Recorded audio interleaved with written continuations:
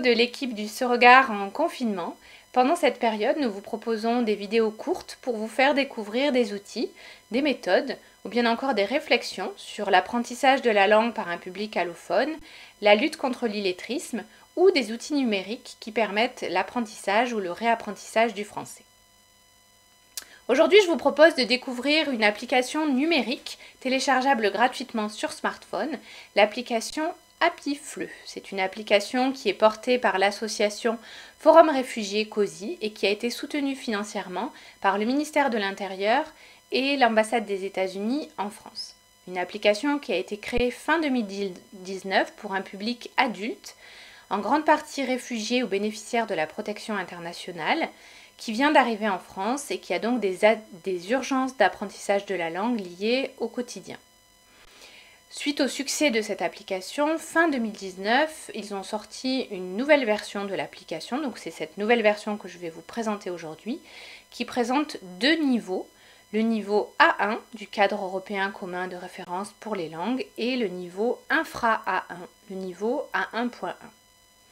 Dans les deux cas, cette application s'adresse à un public d'adultes qui a été déjà scolarisé dans sa langue maternelle. Donc pas le même public que l'application J'apprends lors de la précédente vidéo, mais un public qui a été scolarisé dans sa langue maternelle et qui a déjà commencé des bases de cours en français.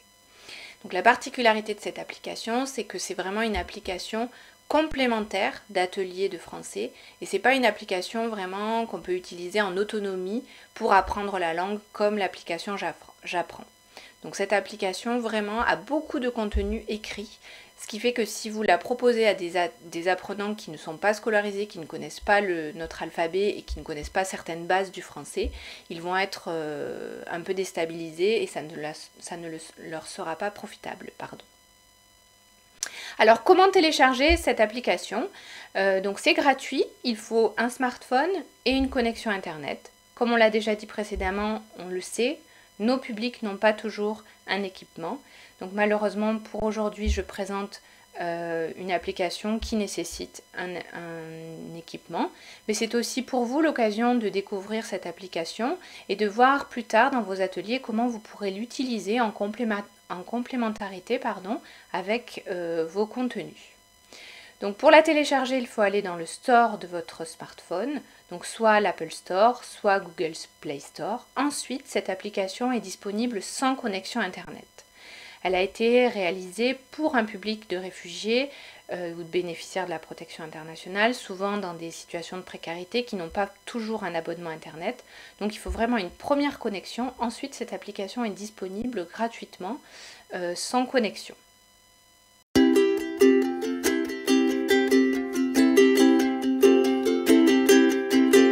Donc un niveau je progresse et un niveau je débute.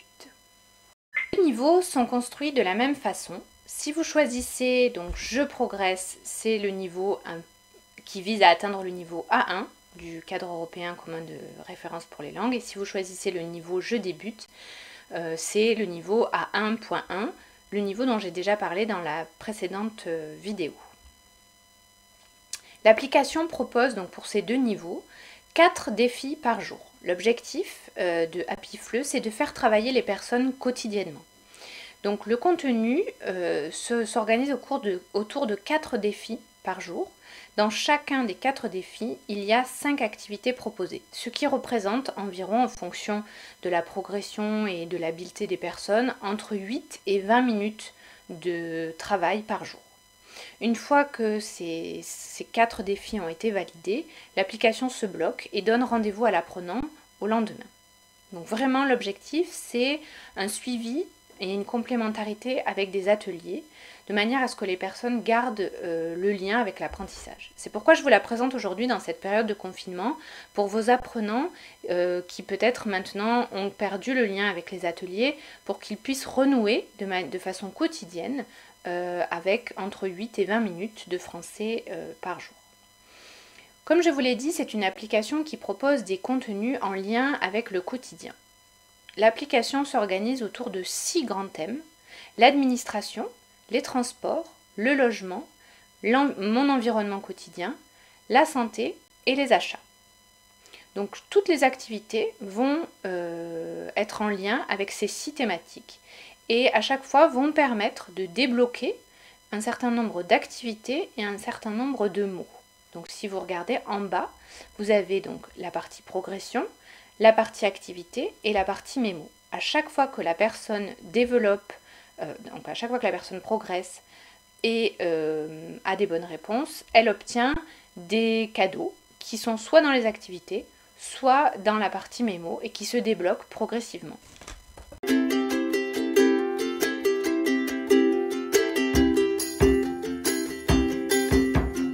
Donc après chaque défi validé, l'application propose un cadeau à l'apprenant.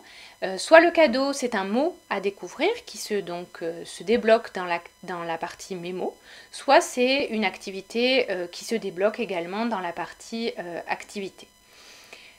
Les activités et les mots sont classés aussi par les 6 thématiques et se débloquent au fur et à mesure. Il y en a entre 15 et 20 ou des fois certains 10 par thématique, ce qui fait en gros 200 exercices par niveau.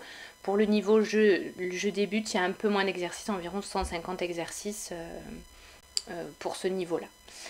Donc si on a réussi 5 bonnes réponses, l'activité propose 2 cadeaux avec un format un peu ludique, un cadeau, des confettis, des paillettes, de manière un peu ludique. À chaque fois qu'on a terminé le défi, non seulement on a le cadeau, mais on a aussi la visibilité de la progression sur les 6 thématiques.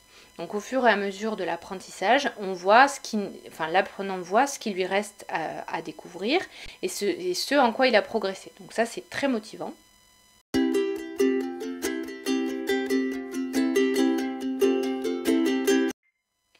Donc les activités qui sont proposées dans les défis sont des activités liées à la vie quotidienne. Donc il va y avoir des défis autour de quelle est votre pointure, quelle est votre taille, quel est le prix.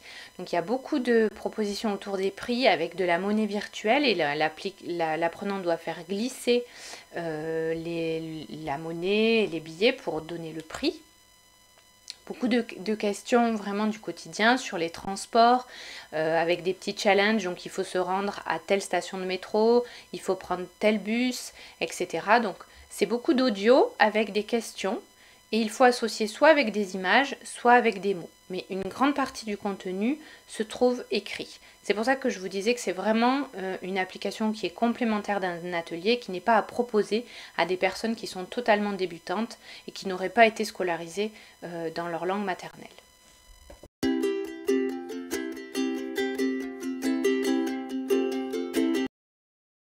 Je vous remercie de votre attention. Si vous avez envie d'en savoir plus sur Forum Réfugiés COSI ou sur l'application Appli FLE, n'hésitez pas à consulter le dossier de presse sur l'adresse qui s'affiche à l'écran. L'équipe du Sauregard reste joignable pendant la période du confinement par mail à l'adresse qui s'affiche juste en dessous. N'hésitez pas.